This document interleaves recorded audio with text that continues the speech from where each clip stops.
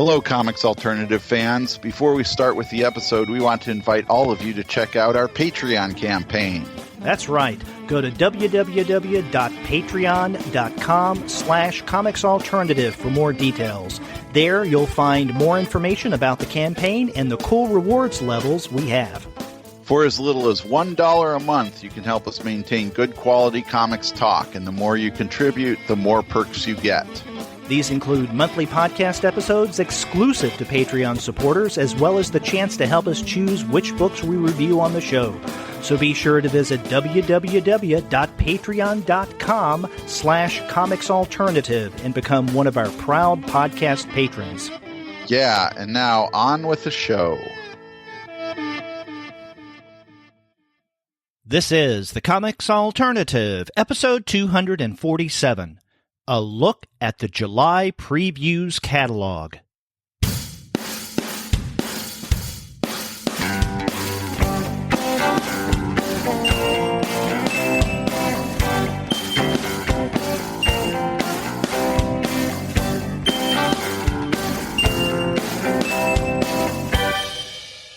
Hello and welcome to another episode of the Comics Alternative. I'm Derek.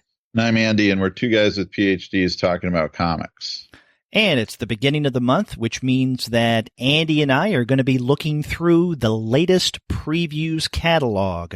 But before we get into that discussion, we want to let all of you know that this episode of the Comics Alternative is brought to you by the great folks at Discount Comic Book Service. Go to their website, dcbservice.com, for all of your comics pre-ordering needs. There, you're going to find all DC, Marvel, Image, and Dark Horse titles at 40% off of the cover price if you pre-order. For all of the other publishers, you'll find that those discounts could be anywhere from 20 to 35% off of the cover price.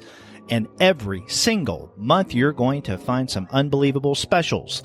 Sometimes those specials could be as much as 45% off of the cover price. Sometimes 50% off cover. But every now and again, you can find discounts that are even more impressive than that. That's right. And since this is our previews episode, you can check out DCB Service to see if some of the stuff we talk about today will be deeply discounted, because I'm sure it will be. Mm-hmm. That's right. Every single month, you can expect incredible discounts at Discount Comic Book Service. Head over to their website right now, as you're listening to this. It's dcbservice.com. They'll take care of all of your comics pre-ordering needs. And after you do get your books there, please do send them an email and tell them that the two guys with PhDs sent you. That's right. Andy, every month our previews episode turns out to be kind of long, so we probably should go ahead and jump into the July catalog. But before we do, we should welcome our latest Patreon supporter into the fold.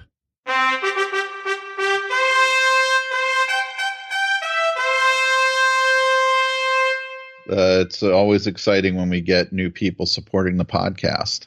Right, and this is someone we've heard from in the past. This is Holly English, and if our listeners recall, she left us a SpeakPipe message several weeks ago, said that she loves the podcast, and she has also mentioned that she considers us the Ben Affleck and Jason Lee of podcasting, or at least she equated our voices with those characters. So, Holly, Jason and Ben welcome you to the Comics Alternative support list.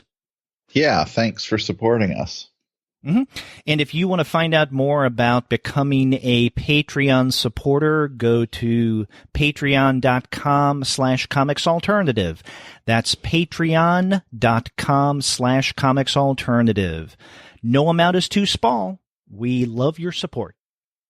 Yeah, and thanks to everybody who supports the podcast.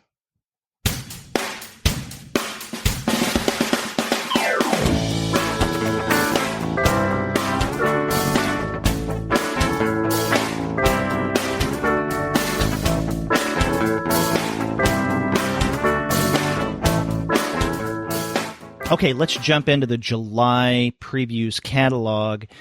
And, I'm sure there's tons to talk about as there is every single month. But I have to tell you that with the first couple of publishers this month, I don't have much.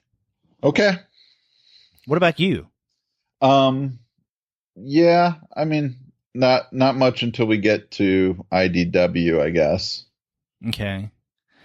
Yeah. In fact, I only have one thing in Dark Horse. I don't know where you begin, but the solicit that I wanted to highlight is on page 58. So I started on 52. Okay. Just to mention that we've got yet again, another coloring book by Chuck Palahniuk.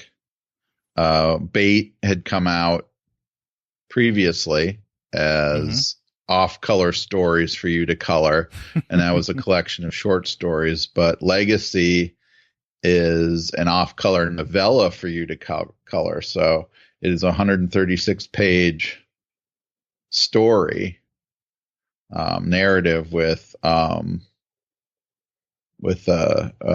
coloring.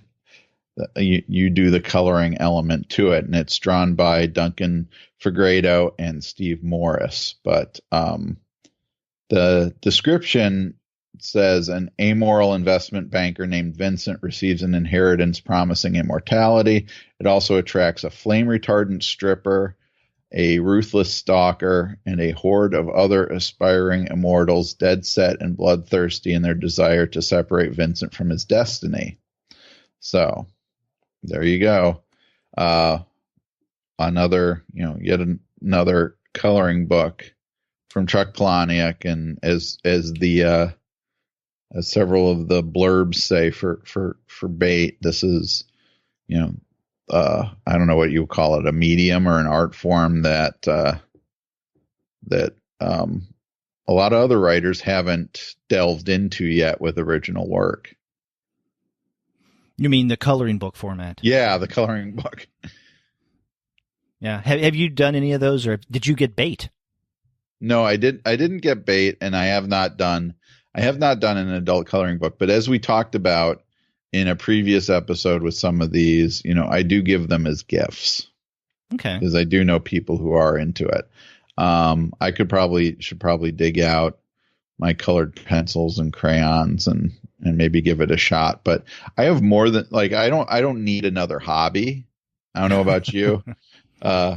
Comics is like a big enough hobby to occupy almost all of my time right now. So. Yeah, I'm the same way. I think what you and I do with the Comics Alternative podcast, it's our version of participatory comics, and coloring them, another kind of participatory activity when it comes to comics, I don't know if I have enough time for. Yeah. But it would be worth checking out. But I wonder it would be worth doing. This just came into my mind, but since those books are narratives, and you don't normally, the adult coloring books that I've seen don't normally have narratives to them, if it wouldn't be an interesting exercise for one of my comics classes to give, the students a sense of then what the difference is really between, black and white and color, and what color adds to a work. That would be interesting to do something like that in a classroom. In fact, right now I'm trying to think through a reading list for this coming fall. I'm going to be teaching a course on comics. Mm-hmm. But the thing that's going to be limiting me there with this idea is I need to make sure, if at all possible, there is a digital option for my students. Okay. And so a digital, coloring graphic novel, that wouldn't work. Right. Unless they could do something on a sophisticated device of some sort. Right. Yeah. Okay, do you have anything else before 58? No, then I go to 58 too. Yeah. The one solicit in the Dark Horse section that I wanted to highlight is Best Wishes. This is written by Mike Richardson and Paul Chadwick, with art by Paul Chadwick. And, of course, Chadwick is of Concrete fame. This seems interesting. The solicit reads, when two strangers cast coins into a Central Park fountain, their dreams and desires become supernaturally intertwined. Cal wants fame and respect, and Mary craves true love from her pro-quarterback boyfriend, but destiny weaves a tangled fabric. A Tale of New York, meme madness, fame's price, and secrets of the heart. So there you go. An original graphic novel. Yeah, and it says it's Paul Chadwick's first art since 2013. Mm-hmm. And I guess the last thing I remember him doing is that that DC graphic novel with Harlan Ellison. What was it called? Seven something of chaos or something like that. Seven Against Chaos. Yeah, Seven Against Chaos. And I don't know when that was. I guess that could have been 2013. Yeah, I guess it was. The last thing I remember Chadwick doing was a story in Dark Horse Presents. But that may have been further back than 2013. Yeah, I don't know. I don't know. But anyway, that is the only thing in Dark Horse that struck my fancy. I mean, there's other good stuff in Dark Horse, but they're either series that are already underway, which we've already discussed when maybe a first issue came up, or, things that, yeah, they may be good, but I'm not interested in necessarily. Right. Do you have anything else in Dark Horse? Oh, no. That's it. Oh, wow. Okay, so we're both giving Dark Horse a rather cursory treatment. Mm-hmm. So then that takes us to the DC Vertigo section, and I don't have anything until page 141. Yeah, that's where I go too. And this is something that I'm sure we're going to highlight the same thing. House of Secrets, the Bronze Age Omnibus. Mm-hmm. Yes. Yeah. We did that, I can't remember how many months ago we highlighted that, but this is a resolicit because they canceled it. And then now they're resoliciting this. Yeah, and they're giving it a new title. It was originally DC Horror House of Secrets Volume 1. So I guess maybe they're not doing the DC Horror line of omnibuy. Or if they're doing it, they're just changing the way that they title them, because they could still be doing a run of, if not all, then many of their horror titles from, let's say, the 70s, and just doing the title like this one, House of Secrets, Bronze Age Omnibus, and then House of Mystery, Bronze Age Omnibus, Ghosts, so on and so forth. Yeah, that's the point I'm making, but they're no longer branding them as a DC horror, so that if you got them on your shelf or something together, they won't all have that same category title or whatever you want to call it. Yeah, and if that's their decision, I think it's a good one, because having the series name DC Horror, nothing wrong with that, but it kind of adds an extra layer of nomenclature onto something that's already rather wordy, right? I mean, this volume, House of Secrets, subtitle, The Bronze Age Omnibus, that's enough. Yeah. The only thing that, I could think of that the DC horror label would be useful for is if, say, they put out an omnibus that had a lot of the shorter lived series, like, House of Secrets and House of Mystery went on for quite a long time.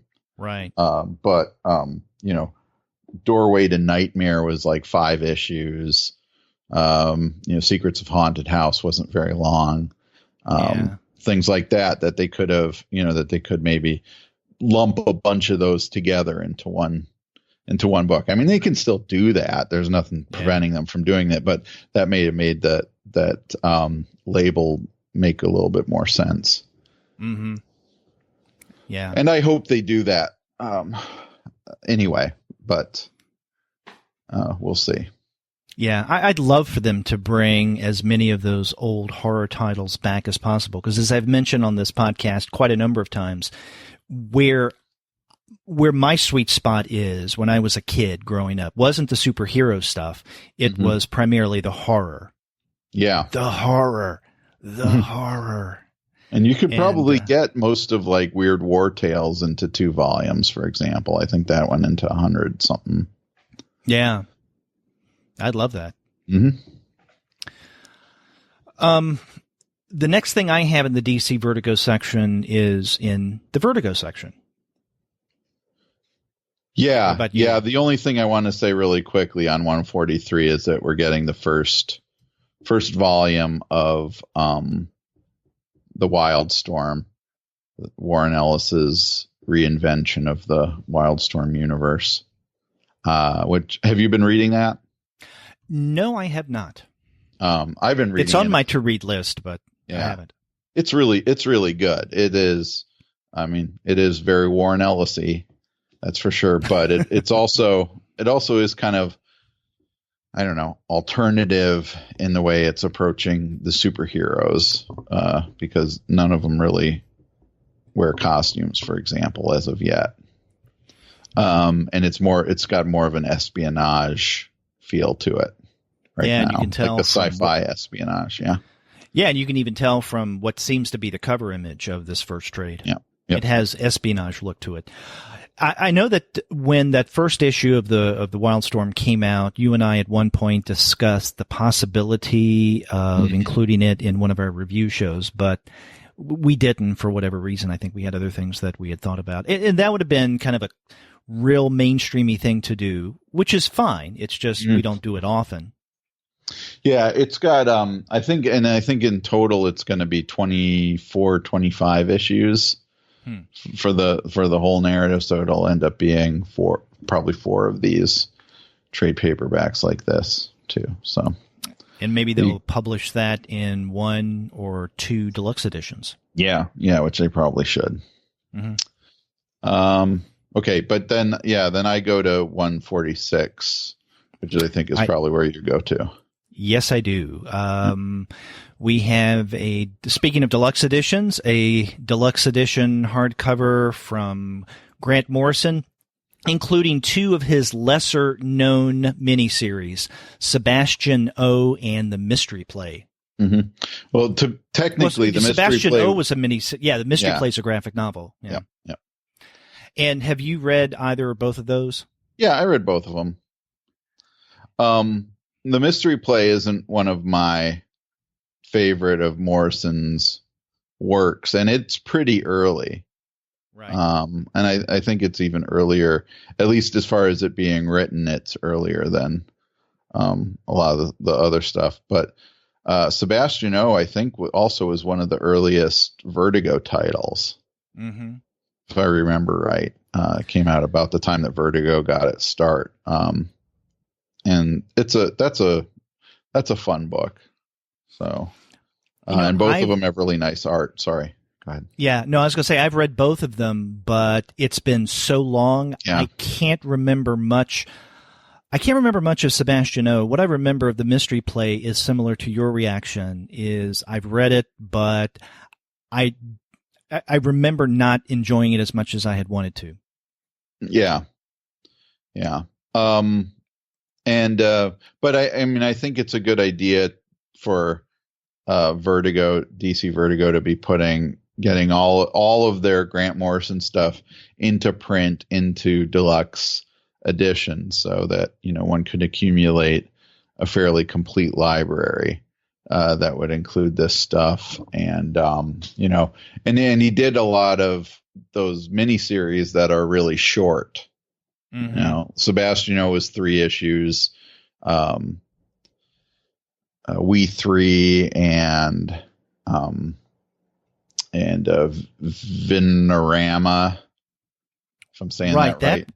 Yeah, that and another miniseries was collected not too long ago, right? Yep. And then Sea Guy was 2 3-issue miniseries, so that works out. But get all this stuff out there. I think they put Kill Your Boyfriend in with something, and Kill Your Boyfriend was a one shot also. So anyway, yeah, get all the Grant Morrison stuff out. Yep. And of course, several years ago, we finally got a nice hardcover of Flex Mentallo. Right. Yeah. And in fact, if you go to 147, it shows Kill Your Boyfriend and Vimanorama as a collection. So we're right about that. Yep.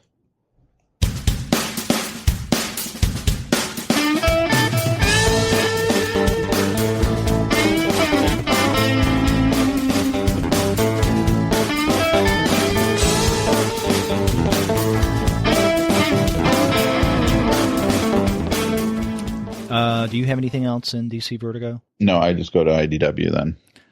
Yeah. I don't know about you, but I start with more of a comment or a question than a recommendation on page 154. Go ahead. Yeah, this is in the IDW section, Star Wars Adventures #1. Mm-hmm. And this issue is written by Kevin Scott with art by Derek Charm. Mm-hmm. And in fact, that is my name at times. Okay. I go by Derek Charm. But no, one of the things I wanted to mention, I'm not going to get this, but I find it interesting that here is something from the Star Wars property that is being published by IDW. Yeah. I wonder if it's because it's in more of an all ages book that IDW is getting the opportunity to publish it. Yeah. On the one hand, I'm wondering why Marvel isn't doing this because, they seem to milk everything for whatever they can get. But, who knows? I don't know about the business end of this. But I find it interesting that it's IDW that's doing this and not, let's say, Dark Horse. Mm-hmm. Yep. Well, I did have the property. There's a lot of politics probably going on that we don't know about. But I just wanted to mention that or question that in passing. Sure. And then I don't start in IDW till 186. So if you have anything before then, go ahead. Yeah, actually, I have a few things before that. On page 177, we have the first issue of Infinite Loop, Nothing But the Truth. I guess Nothing But the Truth is the name of this miniseries. Did you read the original Infinite Loop when it came out? I didn't either. And when I looked at this, I scratched my head because I thought, okay, I vaguely remember something about this, but I wasn't sure if I was even vaguely remembering correctly. And yeah, the original Infinite Loop miniseries came out in 2015, but I completely missed it. And it seems interesting. The solicit for this one reads, The Infinite Loop is back with a new self-contained story, perfect jumping on point for new readers. Twin Peaks creepiness collides with Orwell's 1984 dystopian madness in this sci-fi miniseries as Teddy is sent back in time to a little town where people are addicted to lies. Okay. Seems intriguing. Mm-hmm. But, if I would consider reading this first issue in this miniseries, Nothing But the Truth, I'd feel like I needed to go back and read the first Infinite Loop. Yeah, it does say that it stands alone, so maybe there's enough of the basic high concept that you could enter this on your own without having read that previous series. But as a completist, I would be wanting to do that as well. Yeah, I was just going to say, the completist in me wouldn't let me begin reading this new miniseries before I read the original. Right. Whether or not it's a standalone. Mm-hmm. And then a few pages later on 180, this looks like an interesting book. This is a graphic novel, Elenora Mandragora, Daughter of Merlin. It says a lyrical fantasy graphic novel for all ages, as quirky as Roald Dahl, as whimsical as Disney, and as beautiful as Miyazaki. In the quiet forest, the young Elenora follows the teachings of her father, Merlin the Wizard. Unexpectedly, though, he is killed by a horrible shriek of a mandrake root, though his ghost will not rest. But with the help of Elenora, Merlin's ghost won't stay dead for long, and the forest will never be the same. This just strikes me as the perfect book for Gwen and Paul's monthly Young Reader series, and I hope they consider this. Yeah, I do too. And it's written by Séravine Gauthier with art by Thomas Lebereau. Yeah. One other thing I wanted to mention about this book, Elenora Mandragora, is this is the first of many fantasy books that are solicited this month. I don't know if you noticed that, Andy, but in going through the July previews catalog, I just kept noticing one new fantasy series or graphic novel after another. Yeah, I think I had a similar reaction too, even to the point where I might have difficulty distinguishing all of them. Yeah. And I think that tends to happen there. I think we see these cycles where, especially where certain genres outside of superheroes seem to get a lot of attention in a given month or at a given period of time. And so, we're still seeing a lot of, dystopian science fiction out there and apocalyptic stuff. And now I think probably fantasy is ramping up to be in the same camp with those other genres. Yeah. On the next page, 181, we have the next in the Wormwood Gentleman Corpse series. Are you a fan of Templesmith, Ben Templesmith?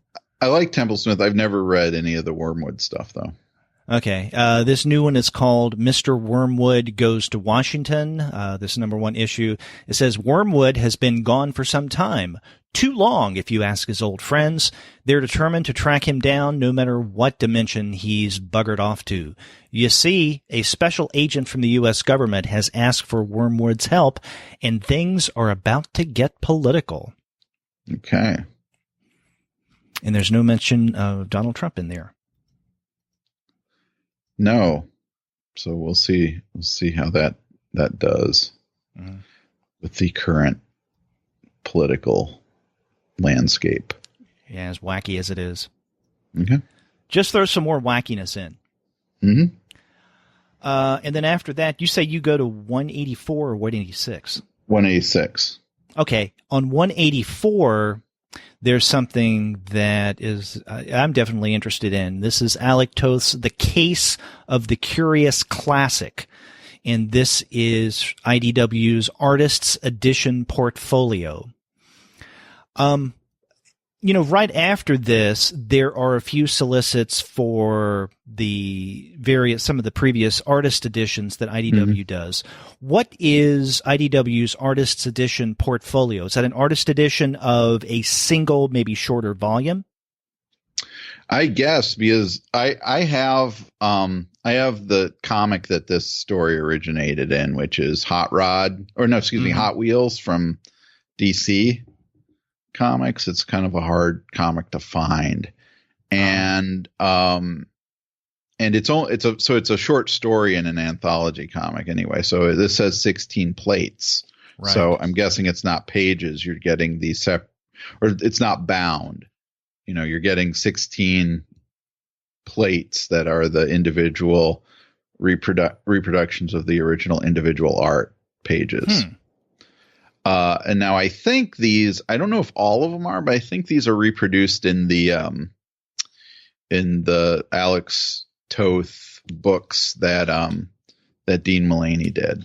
Right. That we discussed a couple years ago. Yeah. No, I don't think we ever discussed them. That big 3-volume set.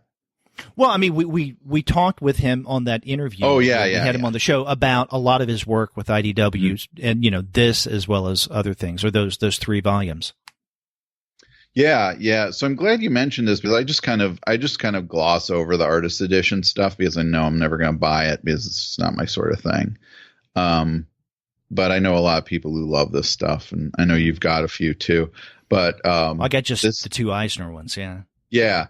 But this is a great story. It's a really, I remember, this is one of the things I love when I buy a cheap old comic just because it looks cool, and Hot Wheels comics look cool.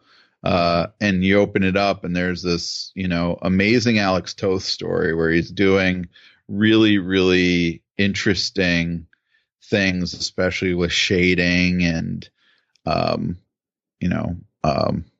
and detail or lack thereof in some cases. And it's like, what is this doing in Hot Wheels? And so I'm glad that that IDW is putting out this edition that's based on all the original art. And like it says, it's a rare comic that Toth both wrote and drew. Right. Now, you were saying that, because you're right, it's described as having 16 plates. So you're saying that this is probably not bound. So is this package, I guess we can call it, like a large box? Yeah, I don't know. I'm guessing, it doesn't say. Yeah. But it says it's being presented as a portfolio, which makes it seem like it's different from what they're normally doing. Right.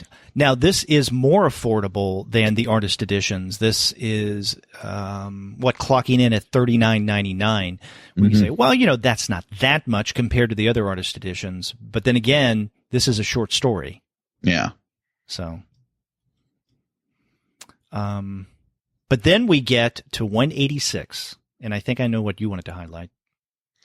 Yeah, that we're getting now the second volume of the Starhawks comic strips that we talked about already, that Ron Gillart and Gil Kane did. So we talked about volume 1, so I am looking forward to getting volume 2. Yeah, I am as well. And one of the things I'm really looking forward to is more nifty looking ladies. Yeah. Yeah, and I though, all of these strips are collected in that big Hermes Press volume. I haven't, it's been a long time since I read this particular part of that run. So, or that series. So I'll be looking forward to that. Mm-hmm. On the next page, 187, there's the next book in IDW and Dean Mullaney's Euro comic series. This is another from Hugo Pratt, but it's something that it's different from what we've been getting from Pratt, and this is The Man from the Great North. Yeah, so this is I'm guessing it's a standalone story that it's not a character that he returns to, like Corto Maltese. Yeah, as far as I know, it's not. Yeah, so it's about Jesuit Joe, who is he wears I guess he wears a Canadian Mounted Police jacket, but he is not a Mountie. Mm-hmm. And that's part of the problems that he gets into. Yeah. So, and so this book contains not only the story, this original story, but it's got a lot of extra stuff in it as well.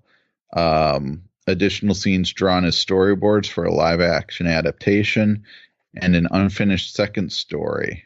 Mm-hmm. So at 112 pages, I'm guessing then that the original story is probably pretty short, maybe, like album length, about 64 pages or something. And there's the extras. Yeah. And you mentioned that this is kind of a standalone, but it's part of a series called One Man, One Adventure. And I don't know enough about Hugo Pratt, but I guess this was a series that he did. And that each adventure is something like a standalone where you have a hero, something like this. I'm just speculating. Mm-hmm. If we have any Hugo Pratt scholars out there listening to this, get in touch with us and let us know if we're somewhere around, the mark here. But this is also, it says, the first time that this has been put out in English. Yeah. That's good. Yeah, it looked in the 4 sample pages look great. It's it's Hugo Pratt and also at a really interesting stage of his career where he was becoming kind of more and more minimalist. Mm-hmm. Mm-hmm. On the following page, 188, is something from our friend Craig Yo, Archie: A Celebration of America's Favorite Teenagers.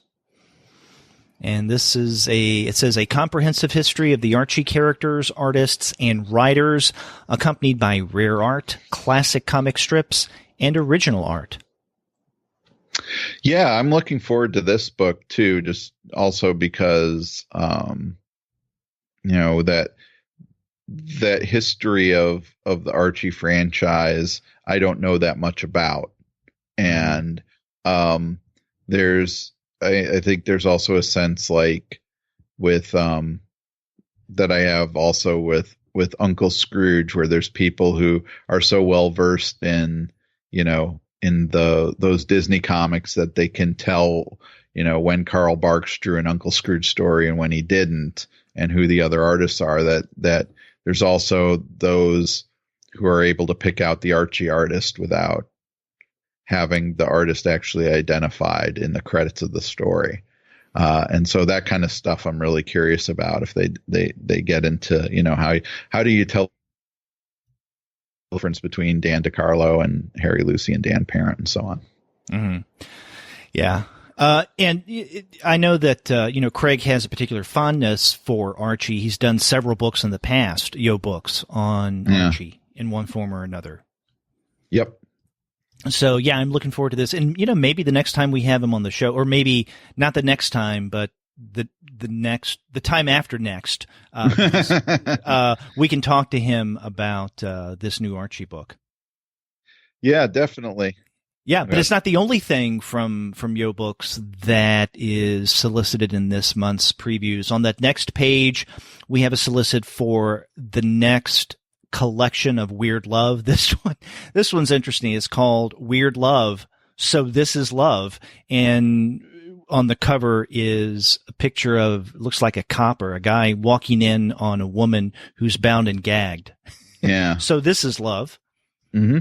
But even more interesting is on page 190, and this is something very different. This is a book by David Calver called The Limbo Lounge, and it's an original graphic novel. And it looked interesting when I first saw this image and began reading the solicit. But then as I got into the solicit, I saw that this is a Yo book. Huh. So original graphic novels coming from Craig Yo. Yeah. And the thing is, you and I just a couple of weeks ago hung out quite a bit with Craig. This didn't come up at all. Yeah. Why does he do that? Why is he, Bastard. He play it so close to the chest or the vest, I guess is the term. But anyway, yeah. And this looks really cool too. The art style. Calver's art style and the pages they're provided look good. Mm-hmm. So I'm curious about this. Again, something else for us to talk with Craig about one of the times we have him on the show. Yep. I go to page 191 after that, the top shelf section. Yep. Go ahead. Yeah, and there are a couple of things here that look really interesting. One is a graphic novel by, I don't know how you pronounce it, Rain Hughes. His first name is Rian Hughes. I've always said Ryan. Ryan? Okay, that makes sense. But I don't know if that's right or not. I Am a Number is the title of this. It says, when everyone has a number, everyone knows their place. Lower numbers are better, higher numbers are less important, and that's just the way it is. But what if that number could change? You might try to buck the system and assert your individuality, or you might end up with a big fat zero. Big questions are explored and unexpected answers found in the first solo comics section from award-winning designer and illustrator Ryan, Hughes, his whimsical, witty, and insightful strips reveal the lighter side of our obsession with social rankings. Where do you stand in the pecking order? Is your number up? Mm-hmm. Yeah, I'm trying to remember what that book of his was that I read a few years ago that I liked a lot. So you've read him before? Yeah, well, he used to do stuff for like 2000 AD and places like that, and I think he was also involved in some earlier Vertigo stuff, if I'm not mistaken. Yeah, so I've read there's a collection of his stuff called Yesterday's Tomorrows that I really like, and that's an anthology of some of his earlier work, and that's got some Grant Morrison stuff in there that you don't normally see reprinted a lot. And that's how I picked that up. But no, there's I've liked Ryan Hughes' stuff, since I guess originally seeing it in the 90s or so. So I'm curious about this. Also on that page is Super Tokyoland by Benjamin Reese. And this looks really interesting. It says that in August of 2002, artist Benjamin Reese flies to Tokyo to spend a year with Kyoko, the Japanese girl he met in France a year earlier. Upon landing is a vast and complex culture, steeped in tradition but full of surprises. As 1 year stretches into 6, Benjamin becomes immersed in the world of Sento baths, taiko drums, and bento boxes while studying cartooning under several masters of manga. Yeah, I noted that too. I thought that was interesting. Yeah.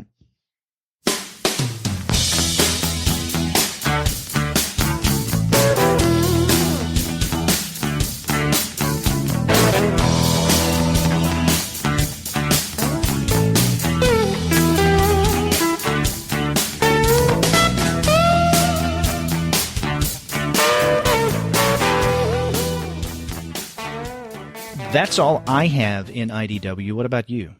Yeah, that's it for me. And then I go to Image. Mm-hmm. Where do you begin in Image? I begin in Image on 201. I mean, there's a lot of new stuff in Image, but I jumped to the 201. But if you have anything earlier than that, go ahead. Yeah, maybe some of this stuff more than passing than otherwise. On page 194. There is a solicit for the first issue in a 6-issue miniseries, Kingsman, The Red Diamond. This is written by Rob Williams with art by Simon Fraser. And this is, I guess, a follow-up to Mark Millar's Kingsman story, The Secret Service, that was originally published through Marvel's Icon, right? Right. Yeah. So I guess Millar wanted to just bring this property over here, but he's not writing this story. It's Rob Williams who's doing the writing. Yeah. Did you see the Kingsman movie? I did not. Okay. So that's... Did you? Yeah, I did. And it is definitely an adaptation of a Mark Millar graphic novel. And so it makes sense to build on this franchise, especially when there's a sequel to the movie coming out soon too. Mm-hmm. Right after that is, and this is on page 196, Angelic. This is written by Simon Spurrier with art by Casper Wingard. It seems interesting. Humanity's long gone. Its memory lingers only as misunderstood rituals among mankind's leftovers, the genetically modified animals they used and abused for eons. So this seems to be another one of those stories of what happens when humans begin playing around with nature, especially animals. Mm-hmm. And I guess it's interesting. I'll probably check out this first issue. Yeah. I always find Simon Spurrier's his kind of like future post-apocalyptic or or dystopian stuff to be interesting, largely because he creates futures that are so foreign to the present. Where there's different language, vastly different language, even different physics in the world that and so this seems in keeping with the kind of thing that he does often and well, which is then also to remove humans altogether from the narrative. So there's that. On 198, we have the next story of Glitter Bomb. Mm-hmm. So this one is called The Fame Game. Yep. So I guess we're going with a series of miniseries with that. And, you and I discussed the first issue of the original Glitter Bomb, and we really liked that. Yep. So I'm going to check that out. And then on page 200, we have the next one-shot from Rat Queens. This is Rat Queens Special Orc Dave. Yeah. I like Orc Dave. So this is... And what was the other one-shot that they had last year? Barda? I don't remember. I think that was it. So, yeah. Like Rat Queens, glad that this is continuing. Mm-hmm. The first thing I had to mention, though, I had something to say about the other stuff that you brought up earlier here, but the first thing that caught my eyes in Image was The Realm on page 201, written by Seth Peck and drawn by Jeremy Hahn. We've had Jeremy Hahn on the show before. Mm-hmm. Especially talking about his series Beauty. I can't tell if Beauty's still going on. I think it is, yeah. Yeah. But so he's doing another creator-owned ongoing series, I guess, parallel with that, along with writer Seth Peck. So 15 years ago, it says, our world was overrun by creatures of myth, like orcs, dragons, and other nameless horrors.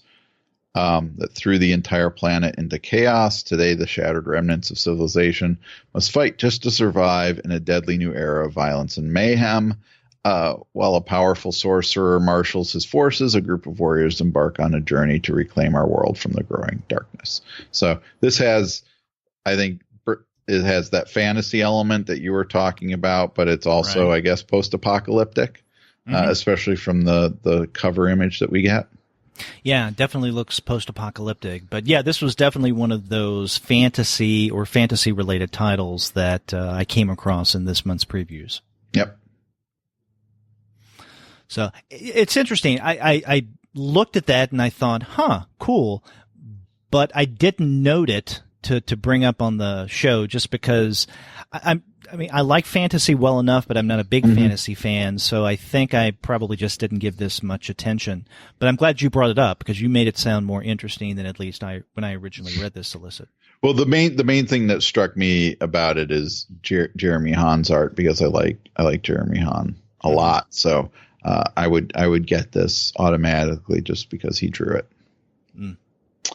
But I think one of the more curious entries in Image this month is on the next page. I agree. Which is Retcon, written by Matt Nixon and drawn by Toby Cypress. Retcon the solicit is really short. The reboot of a comic book miniseries that has never existed begins with an all new, all different issue number 1. Time to travel back and jump in on this comic while it was new. Yeah. The award for best solicit of the month definitely goes to Retcon. Yeah. Yeah. I definitely want to check this out. Now, I'm not familiar with either Matt Nixon or Toby Cypress, or at least that I can think of. If I've come across their stuff, it's not sticking in my head. Or you? Yeah. I mean, I know Toby Cypress. What did he do? Now I'm drawing a blank on it, but the first thing I ever read of his was a graphic novel he did with Brian Wood. And now I can't remember the name of it, and it's not on my shelf right now in front of me, so I can't. remember it, but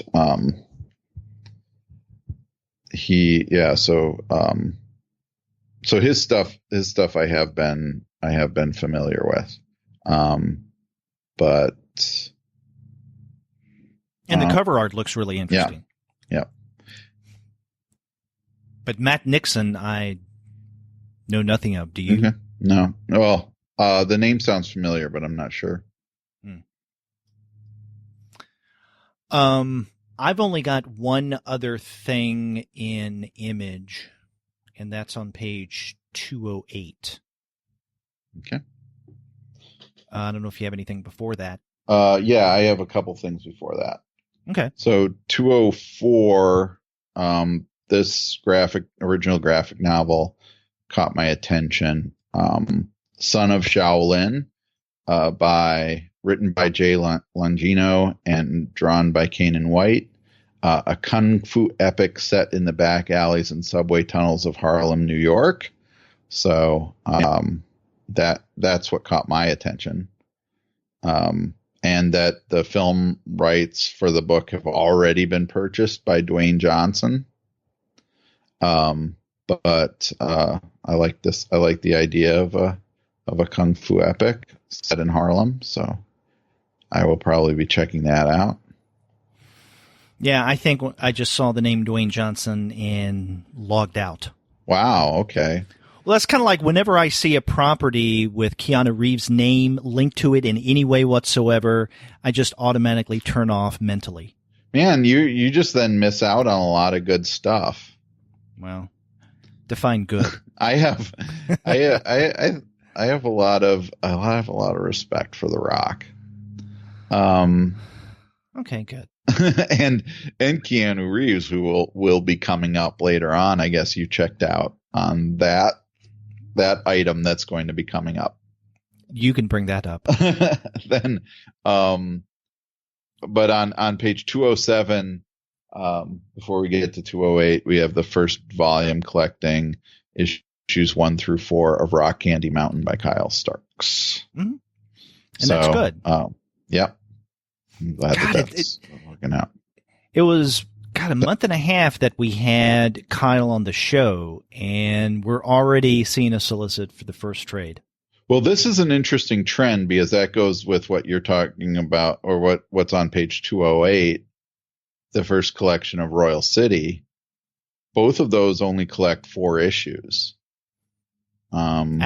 Actually, I wasn't going to bring up Royal City on 208. Okay. But you're right. I mean, it is an interesting trend because usually we think of first trades including 5, sometimes 6, but I think more times than not with Image, 5 issues. Mm-hmm. But yeah, you're right. Lately there have been more trades coming out collecting just 4 individual issues. Yeah, and with Royal City, I think he's been Jeff Lemire's been doing longer than normal issues too. Mm-hmm. So you get 160 pages for 4 issues, but Rock Candy Mountain, Royal City, and the one the other one that I can remember is Jonathan Hickman's Black Monday Murders had only 4 issues in the trade too. There have been others as well. I mean, I can't recall them off the top of my head, but I remember seeing other Image trades that at least the first volume was 4 issues. And, as long as the price reflects that, I don't have anything against that. Mm-hmm. Now, when you have a trade that includes only 2 issues, as we did several months ago with Red One, remember that? Mm-hmm. Yeah. That was more than several months ago. That was last year, I think. Yeah. That is when I just say, stop it. Mm-hmm. Stop. Okay. Don't. But the thing that I was going to mention on page 208 is something that we rarely reference on our preview shows, The Walking Dead, because The Walking Dead has always been there, right? So we kind of take it for granted. But what's being solicited here, and this is a hardcover edition, it's The Walking Dead, Here's Negan. So this collects all of those Here's Negan episodes in the previous incarnation of Image Plus magazine. Yeah, so that seems to indicate that if you don't buy Image Plus for those serialized stories, that you can get them when they get collected. Right. And I've heard of people who are getting Image Plus specifically because of at least, the earlier ones, because of Here's Negan. Maybe not so much because they were afraid that it would never be collected, but I think just because of the collectability of the Image Plus issues. I know our friends over at Comics for Fun and Profit, or at least Kyle, had been getting, if I remember correctly, had been getting all of the Image Pluses because of the Here's Negan. Okay. But, if you're a Walking Dead aficionado, you have not been getting Image Plus, now you can get Here's Negan in a nice hardcover edition. Okay. And that's all I have in Image. Same here. There's other good stuff in Image, but I think that's all that is new that I wanted to highlight. Okay. If we look at the back half of the catalog, once we get past the premier publishers, I go to page 260. What about you? Okay, well, I go to 252 first. Okay. So what's on 252? And 252, there's a couple things. So, Aardvark-Vanaheim, Dave Sim has a new, and yet again, a new number one, Aardvark Comics number one.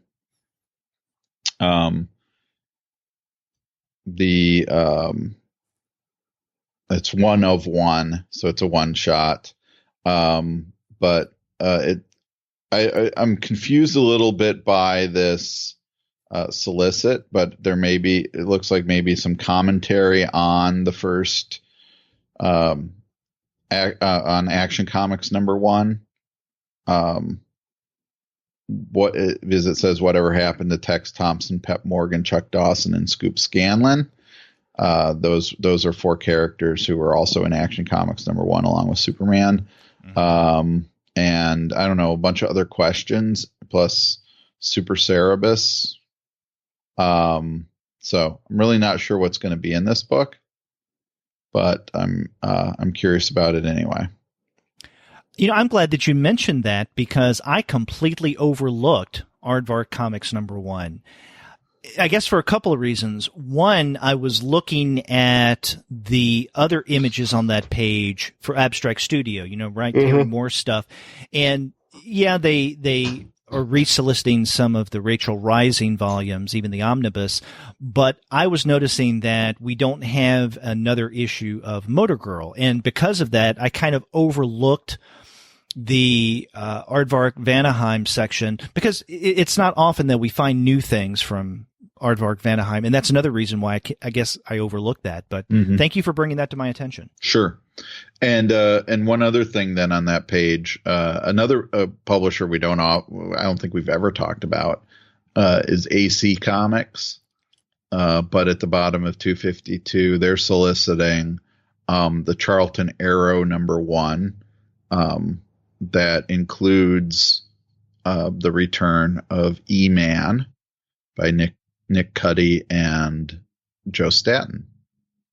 So, along with Monster Hunter by Paul Kupperberg and Mike Collins, and Mr. Mix-It by Roger McKenzie and Stephen Butler. So, first of all, a lot of creators that I used to like that I haven't seen in a while.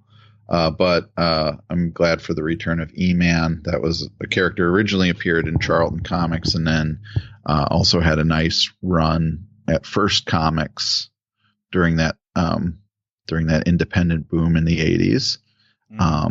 And so I'm glad to see that come back. The Charlton Arrow has been around for a little while, but I think this is the first time I've seen it show up in previews.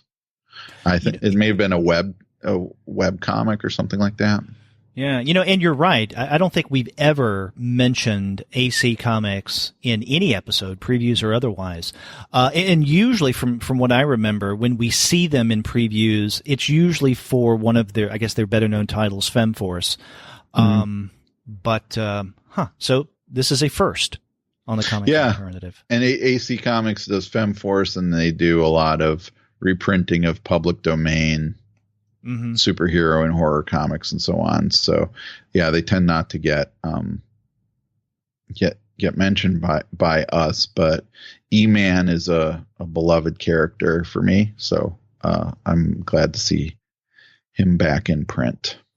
Yeah. That reminds me, years ago, I can't remember what I was working on, but it was because of their series FemForce. I got in touch with the publisher and was corresponding with him briefly about FemForce.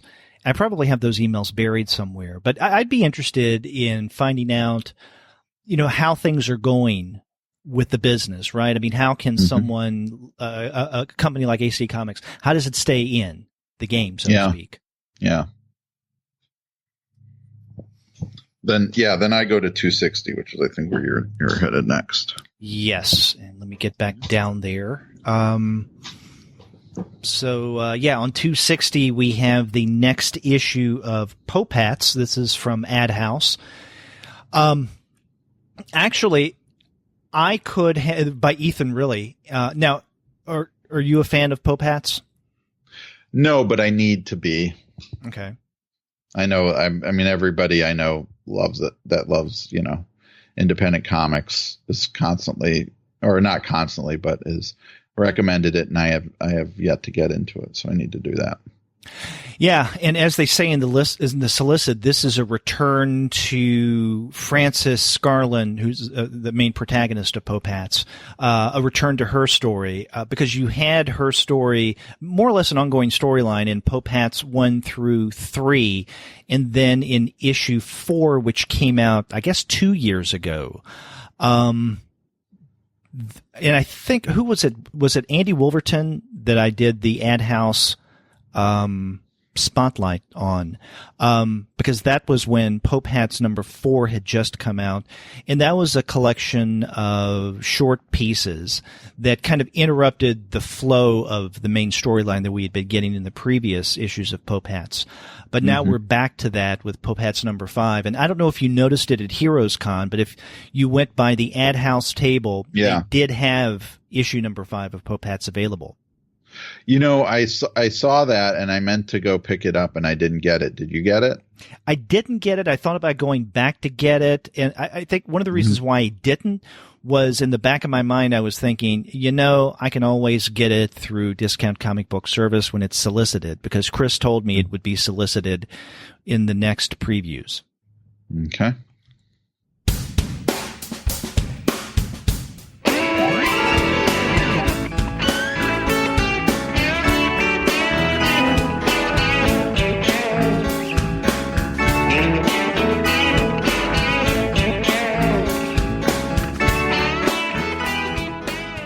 I go next to the Aftershock section. Yeah. So the first new series in Aftershock on page 262 is Dark Arc by Cullen Bunn and Juan Doe. And this is basically going back to the story of Noah, that in addition to Noah's Ark, there is another ark that gets built at the same time to hold all the monsters, like vampires, dragons, Naga, and Manticore. So that's a neat idea. It is. I'm intrigued. When I first saw that, I thought, what? Is this another a Noah retelling? Because, we got that not too long ago with The Goddamned. Right. But this seems much more interesting. And I have to tell you, the cover, what I guess is the main cover, cover A, looks really damn cool.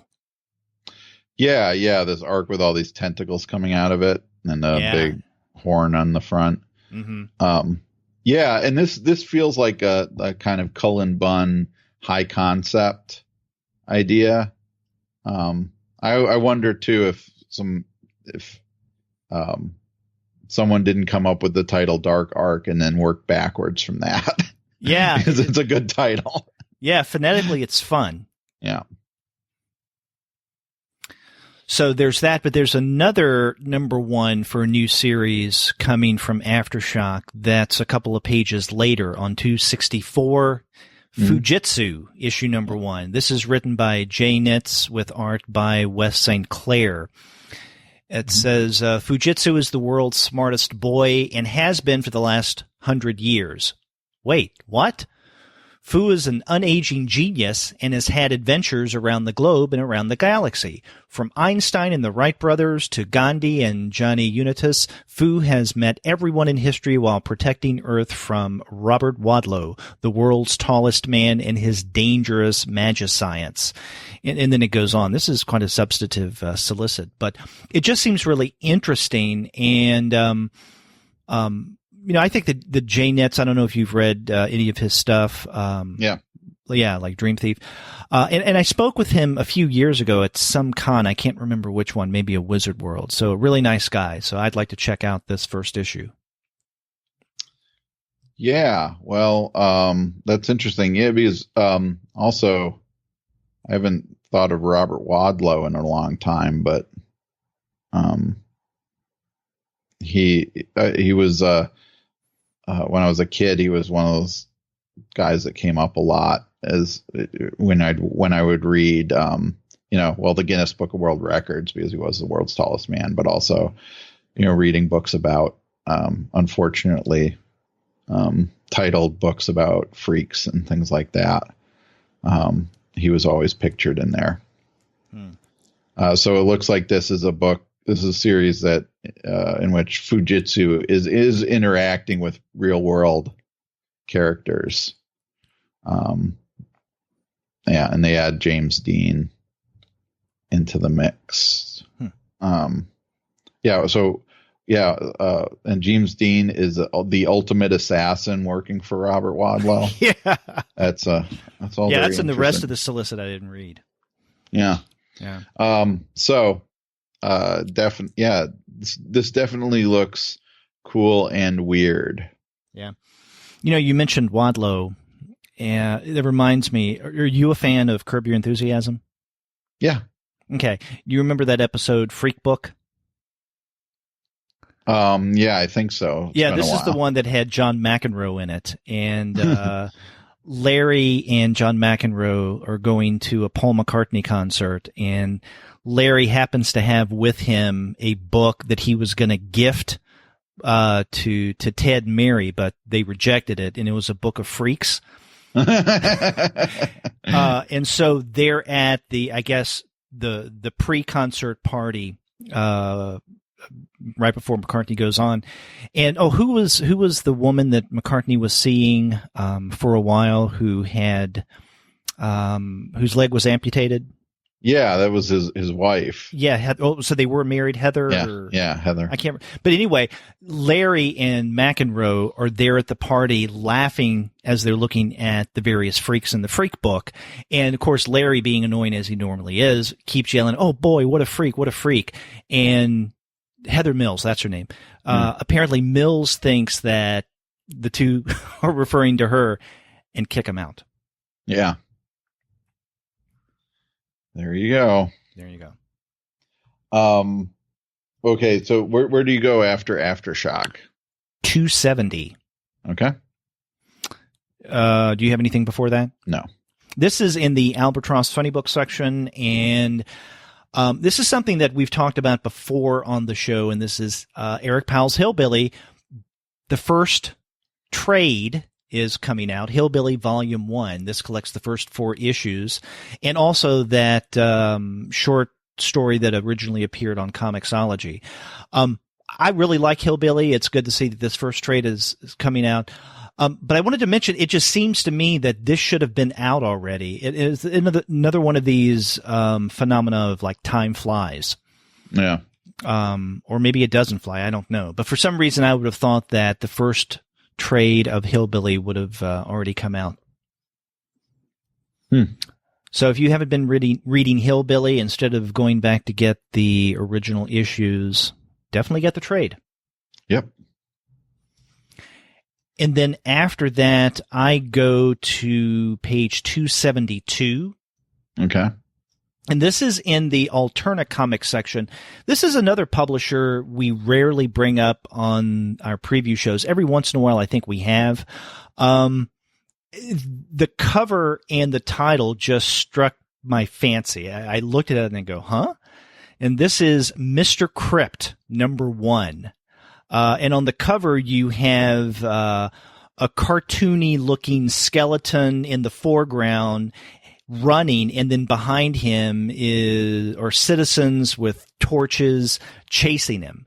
Mm-hmm. And the solicit reads, Who's that suit-wearing living skeleton with a heart of gold? It's Mr. Crypt. That's who. Using a mustache and top hat for a disguise, can Mr. Crypt and his friendly pet rat win over the local villagers and make the best of a bad situation? And I don't know, when I read this, I just couldn't help but think of growing up with Harvey Comics in the 1970s. And this being a premise of, I don't know, either Casper or Hot Stuff or what have you. But I just love the name Mr. Crypt. Mm-hmm. Yeah, it's catchy. Yeah, this is it's written by Troy Vivacis and art by Alexander Jovic. Mm-hmm. So let's see what Mr. Crypt is about. Yep. So where do you go next? I don't have anything to 297. So if you have anything before then, go ahead. No, I don't. Okay. So 297, I just wanted to briefly mention something in the Black Mask section, because I think we probably commented on the first issue of this miniseries when it came out, but we haven't said much about it or about a lot of other Black Mask titles. But this is on page 297. Black Volume 1 is collected, written by Kwanzaa Osejefo and Tim Smith III, created by those two and written by Kwanzaa and drawn by Jamal Igle. We may have mentioned this in a previous episode, but the series kind of slipped my mind. And then I had Jamal Igle on my campus for the comic show that I do, that I helped put together. And he was talking to me about this, and I realized I had forgotten to order it because I was really curious about it. And so I'm glad to see it's collected in trade. And it is basically, it's a series that examines a world in which only Black people have superpowers, and what that does to already kind of tense racial relationships. And the cover seems to be very timely, with a young man in a red hoodie who's raising his hands up in the air, but having guns pointed at him. So, so I'm glad that's getting collected. I'll definitely be getting that trade. And Jamal Igle's art is really nice too.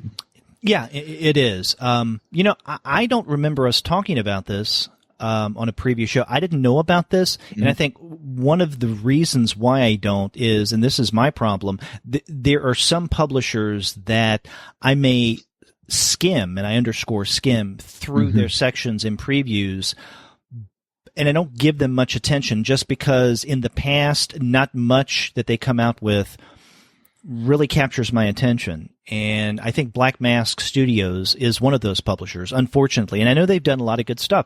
I know several people who really enjoy Black Mask titles. I think I may have tried one or two Black Mask issues in the past from various series, but I just don't give them much attention as I should. This is something I should definitely check out, though. Okay. Yeah.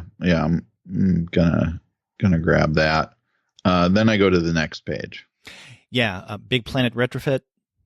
Yeah. And this is something that you and I, or at least one of these titles, you and I discussed. Actually, both of these you and I discussed. A couple of weeks ago, we reviewed Sophie Yanal's What is a Glacier? And now it's being solicited in this month's previews. And then right under that, there is a resolicit for Eric Kostick Williams's Baby Babble wax bodysuit. And you can guess that the reason why they're resoliciting that is that Williams is up for an Eisner Award this year. Right. Yeah. This is interesting. I remember talking with Jared of Big Planet at SPX, and I think it was last year he mentioned that there was a weird delay with their titles appearing in previews, in that the book would come out and then would be 2 months at least until it was solicited. Now it seems to be the opposite thing is happening. The solicit would come out. No, that's it. Yeah, the solicit would come out 2 months after the book would be released. Now that lag is not as long. So we got our copies of What is a Glacier several weeks ago. We reviewed it just 2 weeks ago. I don't know when the official pub date is for What is a Glacier, but now the solicit is more timely. Yeah. And I think something similar happened more recently with with alternative comics, specifically with getting the new issue of King Cat Comics. Mm-hmm. That previously that issue had been out a while before you saw a solicit for it in previews, and then with issue 77, it came out very kind of close on the heels of people who get it directly from John Porcelino would have gotten it. Mm-hmm. Right. So maybe the stuff's tightening up. That should be good. Yep. I don't have anything until the Boom section. Yeah, I go to 304 in Boom. If you have anything before that. Nope, that's where I go as well. Yeah, there's a new miniseries called Lazaretto, 5-issue miniseries written by Clay McLeod Chapman and illustrated by Jay Levang. And this has a post-apocalyptic element to it, but I kind of like the twist that I saw in here. After a pandemic strikes, a dorm complex at a small American college is quarantined with all the students trapped within. What first starts out as useful freedom from authority soon devolves into a violent new society. It's Lord of the Flies on a college campus. Mm-hmm. So that plot hooked me. Yeah, I agree. It seems really interesting. This is one of those series, though, that I don't know if I will read the individual issues or just wait for everything to be completed and then read the trade. It seems like I do that a lot with Boom. Yeah. And that says nothing about the quality of the individual comics that they put out. It's just, my reading and buying habits with certain publishers. And right. Because, solicited right underneath are two similar titles, or two titles that I've had a similar experience with. The Empty Man by Cullen Bunn and Vanessa Ardell Ray, and then The Returning, Jason Starr and Andrea Moody. Those are titles that I think I did with both of those, read the first issue, but then trade waited until things were completed. Okay. So maybe I'll read the first issue of Lazaretto. Mm-hmm. And on the next page is something else that I hope that Gwen and Paul would consider for their Young Readers series. And Paul and or Gwen, if you're listening to this episode, we're providing suggestions here.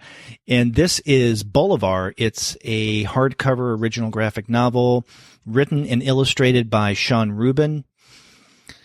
Meet the dinosaur next door in Sean Rubin's debut graphic novel and explore this love letter to New York City in an all-ages adventure perfect for anyone who's ever felt out of place. Sybil knows that there is something off about her next-door neighbor, but she can't seem to get anyone to believe her. Everyone is so busy going about their days in the busy streets of New York City that they don't notice Bolivar. They don't notice his odd height, his tiny arms, or his long tail. No one but Sybil sees that Bolivar is a dinosaur. Okay. And right underneath that solicit is a recommendation by none other than David Peterson of Mouse Guard fame. Mm-hmm. What else do you need? Right. I go to 307 next. Okay. What do you have on 307? Bad Mask, an original graphic novel by John Chad, actually, and it may not even be right to call this a graphic novel because it is also being billed as a kind of multimedia project. It's a box set that encourages readers to discover a mysterious organization through newspapers, magazines, comic books, trading cards, digital files, and more. And the plot is a young girl named Gabby has joined a superpowered terrorist organization called Bad Mask, a group eternally struggling against the world's savior, a super intelligent robot named Metal Metro. So that I am this is probably the thing in this issue of previews that I'm the most interested in, because first of all, I've liked John Chad's work before. And now I can't remember the name of the book that I first saw of his, but it was about caves, and it was oriented in a really interesting way. It had a narrow spine, but it was long, but you were meant to read it with the spine up and flip it up. So anyway, to go deep into the earth. I'm not doing it justice, but it's a really cool book. It's a really cool book. And so this looks like it has a lot of experimental stuff going on with it. It says perfect for fans of building stories, but I think probably just because it's a box full of stuff. Right. But I think it goes even beyond building stories. As building stories is pretty much still all comics. This has stuff other than comics. Yeah. And, this is one of those other things that I unfortunately overlooked. I remember looking at the cover image, but I didn't linger on this solicit long enough to find out what it was really about. Mm-hmm. So again, I'm glad that you brought this up. This definitely sounds like something that we should consider for a future review episode. Oh, absolutely. I think it would be really important to do that. I mean, if you just look at that page below, it indicates some of the things that come in this box, which is the Bad Mask Battle Book, mm-hmm. Introductive Guide to Being a Bad Mask Agent, and then a Metal Metro trading card set, and then something called New Press, which looks like it's a kind of Time magazine type news magazine that has a cover story about Bad Mask. Right. So yeah, I think this could be a pretty cool concept. Yeah. Well, let's semi-commit ourselves to discussing this on a future show. Okay. Yeah. If Boom will help us out with it. Yes, because this is not something that we could really do much good with in digital format. Exactly. I don't have anything else in Boom. No. Do you? No. I next go to page 329. Yeah, so to Conundrum. Yeah, and speaking of things that we're committing ourselves to, these are 3 titles in the Conundrum Press section that I'm assuming that we'll discuss sometime this fall. We're going to be doing another Conundrum Press publisher spotlight. We did one a couple of years ago, and we wanted to do one for their latest releases. And the books that are solicited this month in previews are Michael Nybrat's and Thomas Mickelson's Dreams in Thin Air, Duran Duran, Imelda Marcos, and Me by Lorena Mappa, and then David Collier's Morton, A Cross-Country Rail Journey. These are books that that debuted along with a number of others back in May at TCAF, and they're available in Canada, but they won't be released in the United States, according to the publisher Andy Brown of Conundrum, until this fall in the U.S. So that's why we're waiting until the fall to do a publisher spotlight on these and then other titles. And all of these look really interesting. So I'm especially David Collier. I'm a big fan of Collier, and it's not often that we get something new from him. No, that's true. Yeah, and this seems to be a bit different than some of his other stuff that at least I first got to know him. This is a graphic memoir, and although he's done autobiographical type stuff in the past, I tend to think of Collier as more something like a reporter, not a Joe Sacco kind of reporter, but in his comic stories, he will write about historical or cultural figures, about their lives, mini biographies, or at least historical accounts of various phenomena. So I'm really looking forward to Morton, A Cross-Country Rail Journey, but these other titles as well. Yeah, and all three of them are memoirs. So, yeah, I'm curious about that. The Duran Duran, Imelda Marcos and Me by Lorena Mappa looks interesting too. This about growing up in the Philippines in the 1980s with, the political turmoil that was going on, that was getting so much attention there at the time, but also about Western influences in terms of pop culture on the author's life. So it kind of reminds me a little bit of what we get in Persepolis too. Yeah, that's a good comparison. Okay.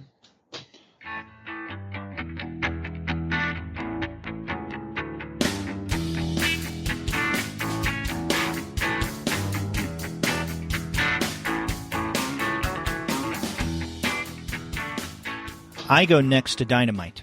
Yeah. And you probably skipped over page 332. If it had anyone with the name of Keanu, yes. And again, that's too bad because John Wick is amazing. And the fact that there's a John Wick comic, I think, is pretty cool. Written by Greg Pak. So this it sounds like this is like young John Wick. This is going back to his earlier life. And since the movie franchise has been so successful and is apparently going to be spinning off into a bunch of different stuff, then I think it makes sense to get a comic book out of it. I was going to mention in the Dynamite section, page 340, and we have a graphic novel, James Bond Casino Royale. Right. With Dennis Calero doing the art. Yeah, and Van Jensen doing the adaptation. Right? Yeah. So again, we keep talking about doing an episode devoted to these Dynamite James Bond narratives. Yep. And so I think this is interesting that they're going to be doing these graphic novel adaptations of the original novels, because they're already, Titan puts out the James Bond comic strip collections, and those comic strip adaptations were really good. So we already have comic book versions, or comic strip versions at least, of all of the Ian Fleming James Bond works. And I think one is solicited in this issue of previews. Yeah. That starts getting into some of the short stories and stuff too. So, a new adaptation would be interesting too. And while the kind of censorship rules in British comic strips were much more lax than they were in American comic strips. There's still a lot of stuff in Casino Royale, the novel, that didn't make it into that strip. So, having the flexibility of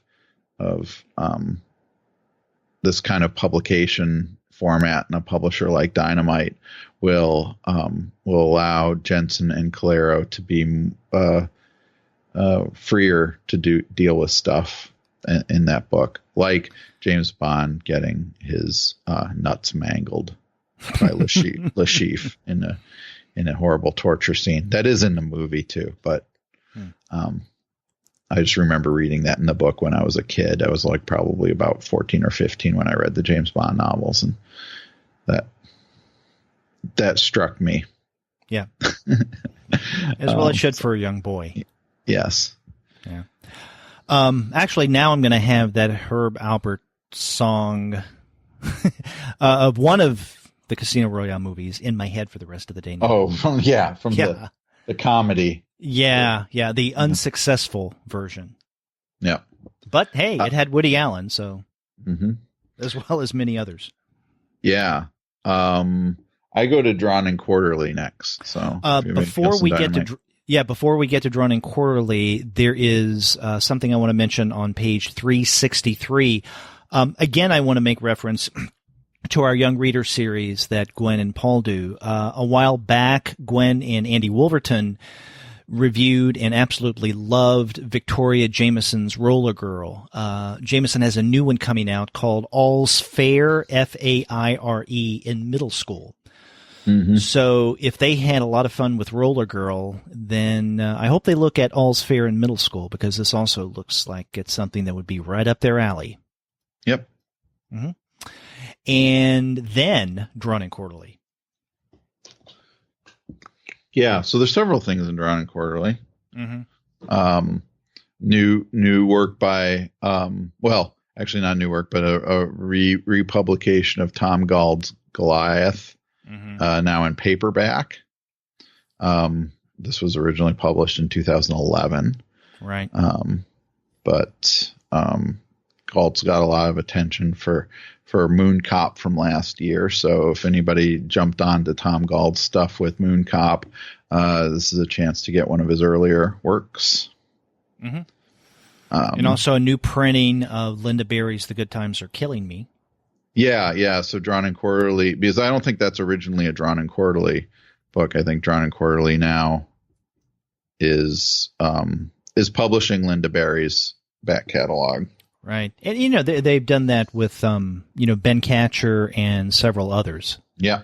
Yep. Yeah. Which is good to keep that stuff in print, especially stuff like 100 Demons. But, and then also to mention, that we are coming close to the end of Jason Lutz's Berlin. Yeah. For the long, and we've commented about this on the show a number of times, but it seemed that for the longest time, we were getting no issues of Berlin. But now the final ones seem to be coming fairly regularly. I mean, I don't know if it was last month or a couple of months ago, issue number 20 came out. Right. Now we've got to solicit for the penultimate issue of the entire series, number 21. So that's good. I really do love Berlin, and I'm glad that it is coming to an end. Yes. It's wrapping up. Yes. And then this kind of buries the lead with Drawn and Quarterly, but on page 368, there's two probably of the most significant books that Drawn and Quarterly is going to be putting out this year, which are the Poppies of Iraq by Brigitte Findakli and Louis Trondheim, which is Trondheim drawing Findakli's memoir, whom he's married to. Yeah. And about her growing up in Iraq, and then Leslie Stein, whose work we enjoy, with more autobiographical stories. Yeah. You mentioned burying the lead. I wondered about that when I saw the Drawn and Quarterly section. I'm with you. I think that in addition to issue number 21 of Berlin, the two biggies this month with Drawn and Quarterly are the Poppies of Iraq and then Leslie Stein's Present. But they're on the second page, and I know that at the first part of the Drawn and Quarterly section, you have Ricard's Anna and Fraga, another Anna and Fraga book, which I guess is okay. But you also have, the paperback release of Goliath, as you've mentioned, and then the re-release or the new edition of The Good Times Are Killing Me. I would have thought that as much attention, because it's gotten a bit of attention, both of these, Poppies of Iraq and Present, that these would be front and center, maybe along with Berlin. But, and Anna and Fraga, completely boo-boo. But no, it's on the second page. And so I found that a little curious. Yeah. But, I definitely plan on checking those out. Mm-hmm. Yep. And we will cover both of those, Poppies of Iraq and, Present, either in a review or an interview. We've been talking about that off mic. Yeah. You want to move on from there and maybe discuss some of the things in the Fantagraphics section? Yeah, that's where I go. Yeah. To me, one of the most exciting things in this month's previews is the first issue of Now, which is a new anthology of short stories from Fantagraphics. This is edited by Eric Reynolds. And the solicit says, Fantagraphics is proud to launch a new ongoing comics anthology of short stories by a mix of established and up-and-coming talent. This 3 times per year series features all new done-in-one stories for comic fans of all stripes. The first issue includes new work from acclaimed authors such as Eleanor Davis, Noah Van Sciver, Gabrielle Bell, Dash Shaw, Sammy Harcum, Malachi Ward, as well as international authors such as J.C. Manu, Conchita Herrero, Tommy Parrish, Tobias Shalkin, and Antoine Cose, plus other surprises and a gorgeous painted cover by Chicago artist Rebecca Morgan. When I see something like this, I can't help but think of a love of mine, and I've mentioned this many times on the podcast, the anthology Mome, and we've referenced it many times in the past. I'm hoping that this is somewhat like Mome. I know it's going to be different because according to the solicit, this says an anthology of done-in-one stories.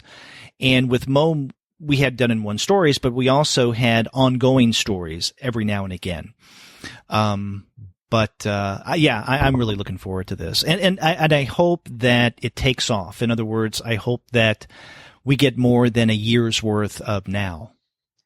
Yeah. And from everything I've heard about it, there is a lot of excitement and anticipation for this, this anthology. And it's something that I know is from what I've heard is going to be a labor of love for Eric Reynolds. And then right next to that is a book from Hergé, and it's not Tintin. No. Peppy in the Wild West. Yeah, which I guess is something that came out at about the same time as the earliest Tintin stories. And it has not been published in English since 1969. This is kind of a big deal. Yep. Anything else in Fantagraphics for you? Well, on that page, we have another Fred the Clown story from Roger Langridge. Fred the Clown in The Iron Duchess. Right. So there's that. Yeah. And then I did want to mention also the Beirut Won't Cry by Mazen Kerbai, I'm going to say. Kerbaj. Yeah. And one of the things I wanted to mention about Beirut Won't Cry is that it was created in 2006 when the artist did drawings, comics, and other writing during the Israeli attack on Lebanon. So what I'm most interested in about this is that most autobiographical works are retrospective in some sense, right? So you go back to someone remembering back on an event, and these comics and other works were created as the event was occurring. And I think that will give a unique look at that historical event. Mm-hmm. Yeah. So that caught my attention as well. Mm-hmm. And do you have anything else in Fantagraphics? Not in Fantagraphics, but we turn the page 374. There are a few titles under the publisher Firefly Books. Right. I'm not familiar with Firefly Books. Are you? No. But they look interesting. There's one called Escape from Syria. Another one, Flight of the Grizzly. Egan Searle, His Life and Death, and then Robert Capra, a graphic biography. And I'm wondering from these names if these are works that originally appeared in another language and now are being translated, which leads me back to my initial question, have you heard of Firefly Books? And I haven't, so I don't know anything about this publisher. Right. But what stood out to me is kind of almost immediately coming on the heels of Beirut Won't Cry on the previous page is Escape from Syria. And then earlier in the book, Poppies from Iraq. So there's a slew here of autobiographical works coming out of, war, especially war-torn regions in the Middle East. And so I think that's an interesting trend in autobiography. The other works, the Egon Schiele and Robert Capa are both biographies, right? So both nonfiction works, and then Flight of the Grizzly looks like it's a fictional book. Also on that same page, we have the beginning of First Second, and they have several things worth mentioning. I know you and I the other day were talking about one of the books that's solicited on page 375, and that is The Hunting Accident, written by David Carlson with art by Landis Blair. Right. Yeah. But other things that they have coming out are really interesting as well. Ben Hatke's Mighty Jack series, the next book is solicited, Mighty Jack and the Goblin King. Castle in the Stars, the Space Race of 1869, which basically has its premise, what if we first went into space, not in 1969, but in 1869, which is interesting. The Dam Keeper is also interesting. And then on page 376 is Tilly Walden's Spinning. And this is the first thing that Tilly Walden has published in print from a publisher outside of Avalon Hill. That I think is going to be one of the key books of the fall season as well.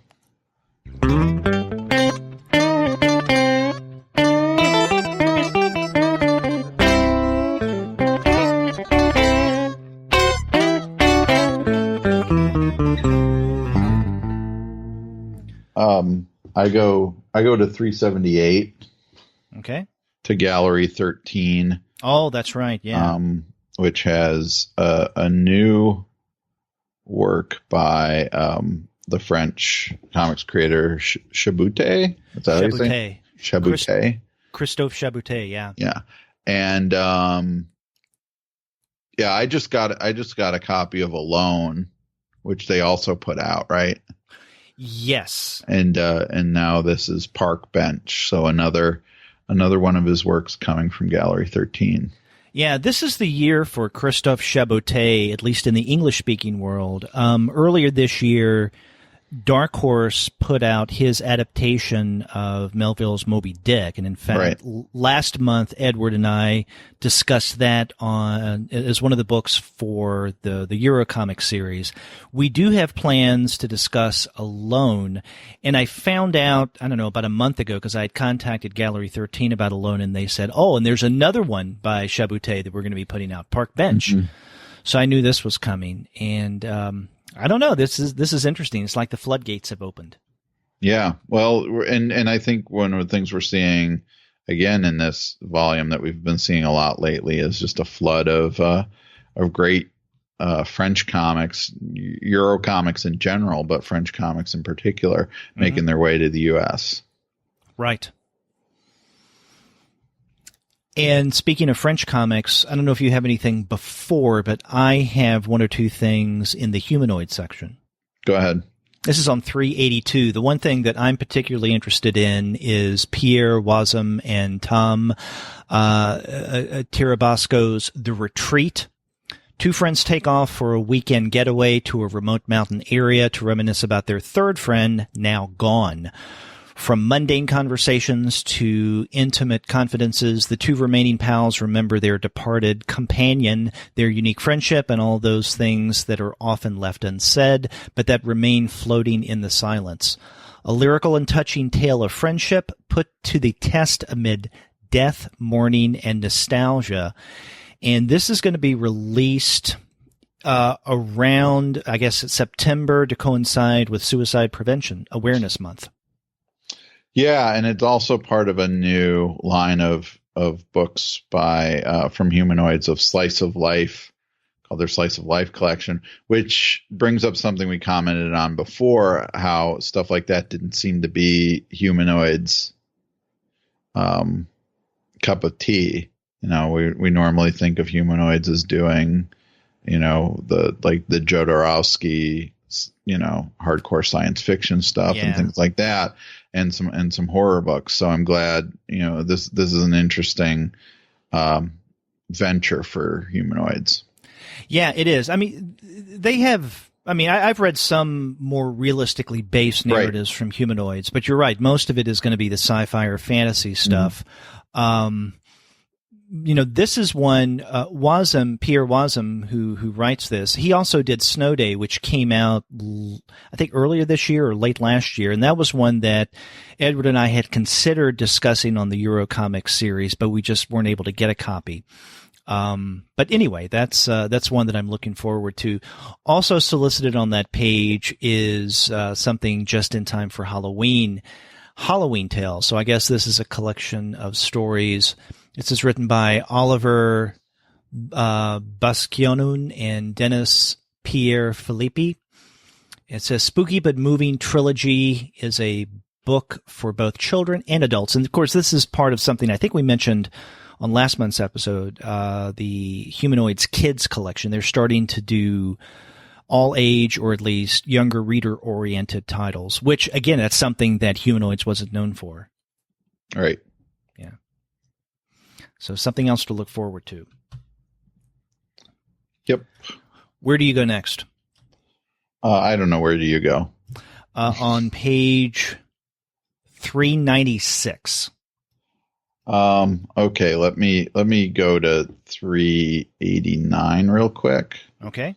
And take a look at something there. From Knockabout. The Furry Freak Brothers. Yeah. Yeah.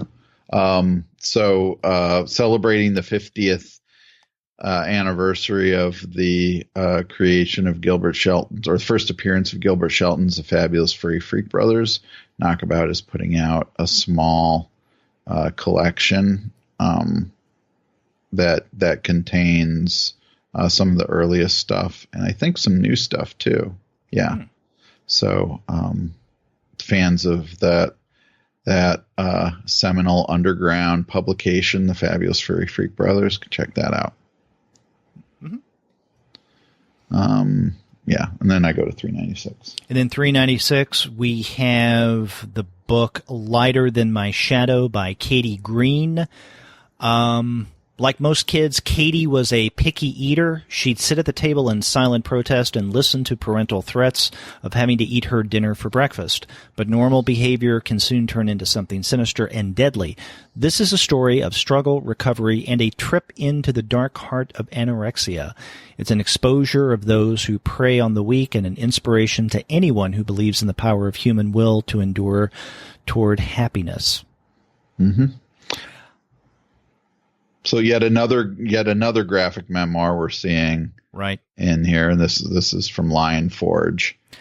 Now, a curious thing about this, I don't think I'm misremembering, but I could swear that it's been a year or more that I saw Lighter Than My Shadow listed somewhere. Not in previews, but in some other publication about something that's about to come out soon. I don't know. Okay, so you don't have that same experience? No. Okay, I've seen this reference somewhere, and it could be that it was, I don't know, some kind of reference to something that will be in the works for another, coming out over the next year and a half. I don't think that would have been the case, but I know that I've seen this cover before, and I recognize the title. So I'm wondering if this is something that was going to come out sooner, but didn't for whatever reasons. Okay. Yeah, I'm looking at this as, a potentially significant graphic memoir, especially dealing with the, subject of anorexia. So, I'm definitely going to look into that. And then I also stopped at page 398 in the Lion Forge section for Taproot because, this sounds like an interesting,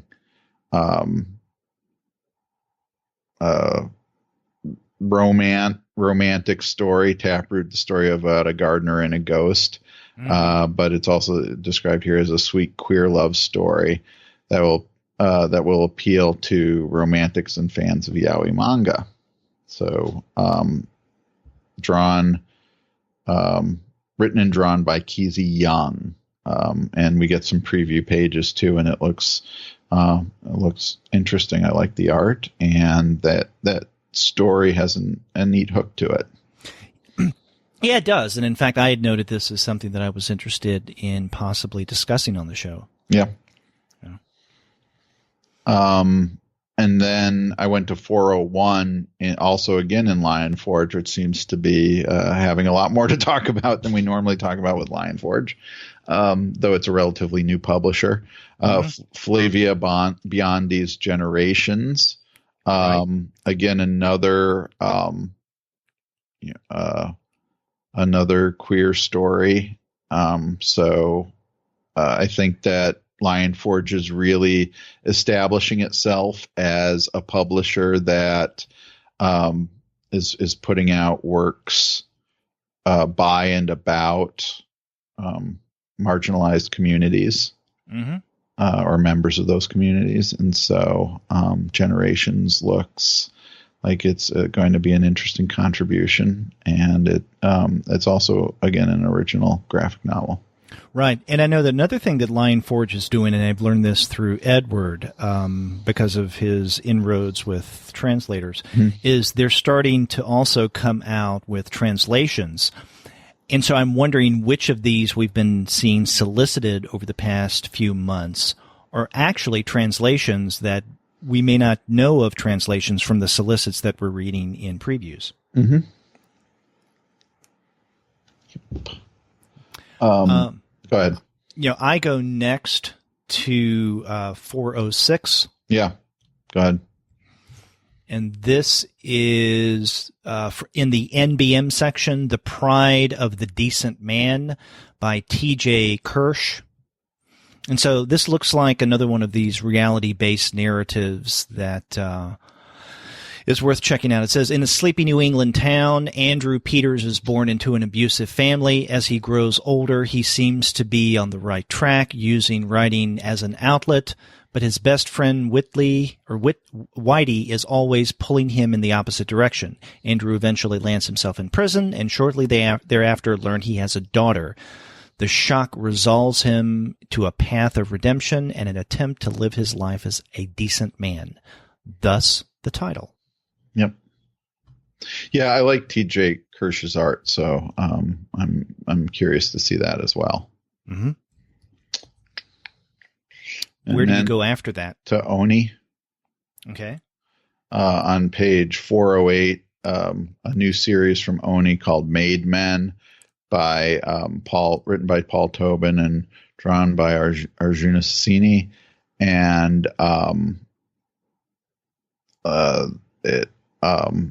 it says you don't know, I'm going to say Yuta. You don't know Yuta Shelley, but you might know her family. Before she was a Shelley, she was a Frankenstein. When I first read that, a Frankenstein, I thought it was meaning that she was a Frankenstein monster and that they were just kind of thumbing their nose at people who get all bunched up about Frankenstein being the monster being called Frankenstein instead of the doctor. But no, she's part of the Frankenstein family. And these days she's a Detroit special ops officer. What I like about this idea is the idea of made men we think of in terms of organized crime, but this is also a pun, I guess, on that, being like also Frankensteins are made men. Mm-hmm. And so anyway, and I like Paul Tobin's work too. He can do good horror stuff. Yeah. And that looked good. That looked interesting. Mm-hmm. After that, I go to the Self-Made Hero section on page 423. Sure, so do I. Yeah, so if you're a fan of Nick Cave, we have a new biography called Nick Cave, Mercy on Me. This is by Reinhard Kleist. Yeah, when I first saw this, the cover is kind of an action pose for Nick Cave. And I was really hoping that this, instead of being a biography, would be like, Nick Cave's adventures. But instead, I'll take it as a graphic biography, and Reinhard Kleist is good. So yeah, check it out. Yeah, you're right. That is an action pose, but I'm wondering maybe they could have done something on the cover, an action pose, something he's doing with heroin. I don't know. Okay.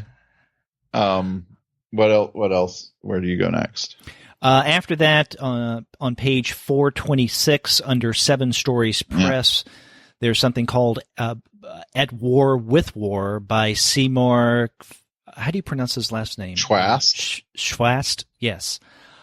It says it's a book that visualizes humanity's 5,000-year-long state of conflict, chaos, and violence on a continuous timeline. Yeah, so it says it's 70 pages long, with black and white pen and ink drawings and woodcut illustrations. Mm-hmm. So I'm really curious about this because I'm wondering what the format is going to be like. This pen and ink drawing and woodcuts covering 5,000 years of human conflict in 70 pages or so. That has my curiosity. Yeah. That's one of the reasons why I wanted to highlight it. Mm-hmm. And I don't even think we've discussed anything from Seven Stories Press before, have we? Yeah, I don't know. I couldn't even tell you if I've looked at them before. And I have one thing in Titan. I don't know if you do. One thing, yeah. What do you have in Titan? On page 432. Okay, I have 437. So okay. What do you have on 432? 432 is the latest release in their Hammer Comics line. They did the Mummy series before, but now they're doing a Captain Kronos miniseries, which is written by Dan Abnett and drawn by Tom Mandrake. And have you ever seen Captain Kronos Vampire Hunter? No, I haven't. That is one of my favorite Hammer films. And when the Hammer Comics line was announced, that's the sort of thing I was really hoping for. The Mummy book, even though it was drawn by Peter Milligan, was not quite what I wanted to see out of the Hammer line. But Captain Kronos is again it's one of my favorite Hammer movies. It's got Caroline Munro in it, who is one of my favorite of the Hammer actresses, and you can get a cover with her on it. But also the original movie is just has some really kind of cool and goofy stuff in it. They invent a lot of different vampire lore that doesn't actually exist in any other vampire stories. Like, for example, if you bury a live frog, no, if you bury a dead frog, it will come to life if a vampire walks past it. I think that's it. And there's even a rhyme about it. I can't remember how the rhyme goes, but so Captain Kronos Vampire Hunter is a cool movie, and I think it has the greatest potential to be developed as a comic series. And I think Dan Abnett would be a good choice for writing it. And I love Tom Mandrake's horror art, so I will definitely be getting this. Actually, this wasn't something that I was going to mention, but I will in passing. On page 435, we have the first, I guess, of 2 issues of a story based on the video game Wolfenstein. Mm-hmm. Did you used to play Wolfenstein? Well, I played the original Castle Wolfenstein on the Apple II. Yeah, I played it on PC, yeah. So, yeah. But it's advanced since then. Yeah, exactly. It would have had to have. But it was fun. Yeah. But the thing that I wanted to mention on page 437 is written and drawn by Matthew Bablett, and this is issue number 1 of 4 of The Beautiful Death. And it seems like an interesting miniseries. It says, the apocalypse has been and gone. The age of humanity is at an end. Horrifying insectile aliens from the depths of the infinite space are now masters of the earth. So the solicit did catch my attention, but it caught my attention in a secondary manner. What really caught my attention was the cover, which is done by Brandon Graham. Yeah. So it's not, I don't think I read that many Titan comics, but this is one that I may check out. Yeah. And that's all I've got. So if you have anything else. Yeah, just a few more things. On page 454, this is in the TwoMorrows Publishing area. This is something that I'm really looking forward to. Groovy, When Flower Power Bloomed in Pop Culture. I like the kind of stuff that TwoMorrows Publishing does, not necessarily focusing, let's say, on a particular or specific creator, which, and those are fine. But I like when they take particular themes and really go with that. And so when I saw this book, Groovy, When Flower Power Bloomed in Pop Culture, I couldn't help but think of a recent book that they came out with, I guess a couple of months ago, Hero A Go-Go, right. Which looked at camp culture. And so this just seems like the next logical step, going from camp to, let's say, late 60s, early 1970s flower culture. Mm-hmm. And so I'm expecting this to be something similar. Yep. And it mentions a number of things that, icons from my childhood, the Banana Splits, H.R. Pufnstuf, the Partridge Family, the Cowsills, Vanilla Fudge, the Monkees, Laugh-In, and they have also apparently interviews with people like Peter Fonda, Melanie, David Cassidy, and Brian Wilson. Sounds good. Yeah, so Mark Voger does this. I'm really looking forward to that. Mm-hmm. And if I can get down there, one other, the last thing in the comics section, and this is in the Viz Media, this is for fans of Tsugumi Oba and Toshiki Obata. We get an all-in-one edition of Death Note. Oh, good. Have you read any of Death Note? Yeah, I have. I started it, so this is good. And then it's going to be, this is to coincide probably then with the film. Yeah, they mentioned that here. Yeah, I've got all of the volumes of Death Note, so I don't know if I will get this all-in-one edition, although it says this all-in-one edition comes in not only a beautiful silver slipcase, but it includes an epilogue chapter never before seen in English. So you're going to get that. You're going to need to buy that whole thing. 2,400 pages to get the one chapter. Yeah, I don't know if I'll do that, but it's definitely worth checking out. I said that was the last thing. Actually, that was the penultimate thing in the comic section, but this is also in the Viz section on page 476.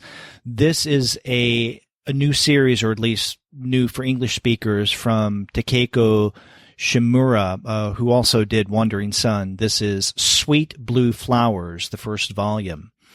Fumi and Akira are friends who lost touch, but on their first day of high school, they meet at the train station.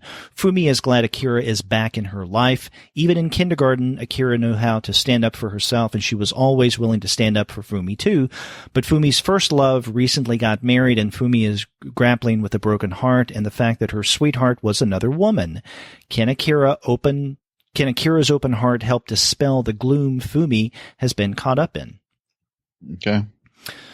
So this is also, we've mentioned a number of titles in this month's previews that deal with marginalized communities, especially when it comes to same-sex relationships. And so this is just another one of those titles. Mm-hmm. Also on this page is solicited volume number 7 of Goodnight Punpun, which is the last one.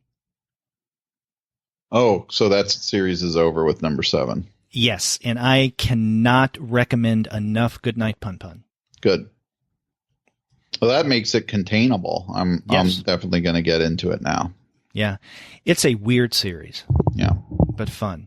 And the only other things that I mention are in the book section, and there's just one thing, and that is on page 488, Chris Ware monograph. Okay.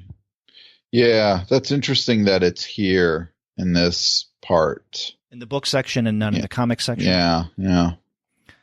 Well, I guess because it includes, his various pieces. Is it notebook stuff, sketchbook material? Right. But we've been discussing off mic, for example, that Publishers Weekly put out its most anticipated graphic novels of the fall, and this is on that list. Mm-hmm. So. Yeah, I guess for the people at previews or at Diamond, it qualifies more as a book than as a comic. Sure. Yep. And on that next page is a paperback edition of Chris Ware Conversations, because previously it was only available as a hardcover. Yeah. Which is very, very pricey from University Press of Mississippi. Right. Yeah, I'm always glad when I see them put their books out in paperback. They've usually been doing it about a year or so after the original hardcover release. Yeah, although sometimes it's longer. Yeah. Yeah, if you don't want to shell out, you have to wait. Yep.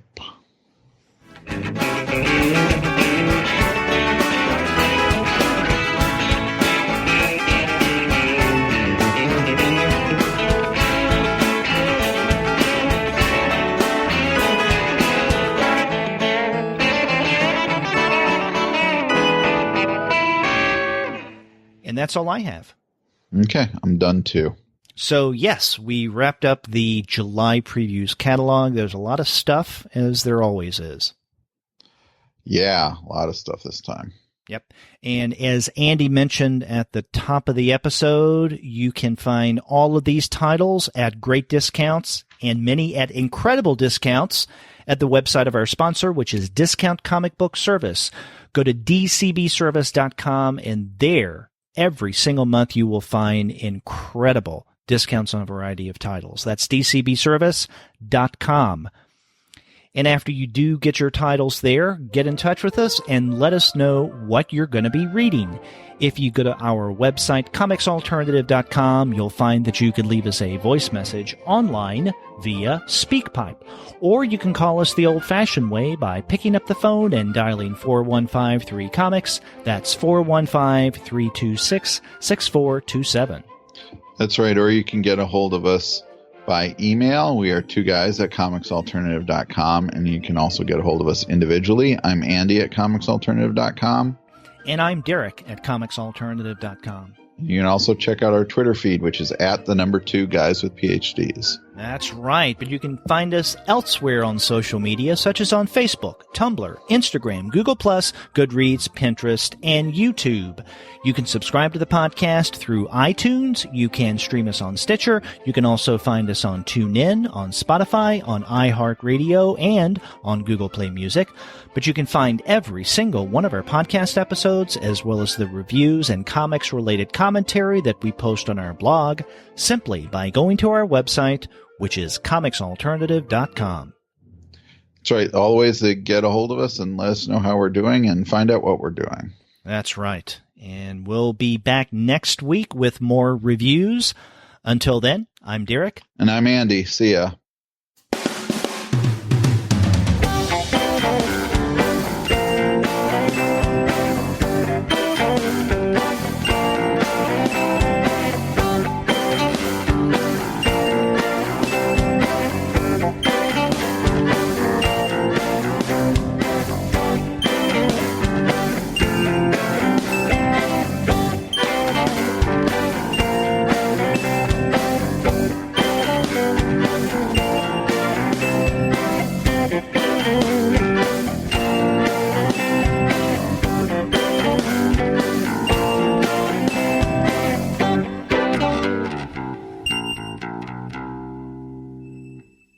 Hey, what happened?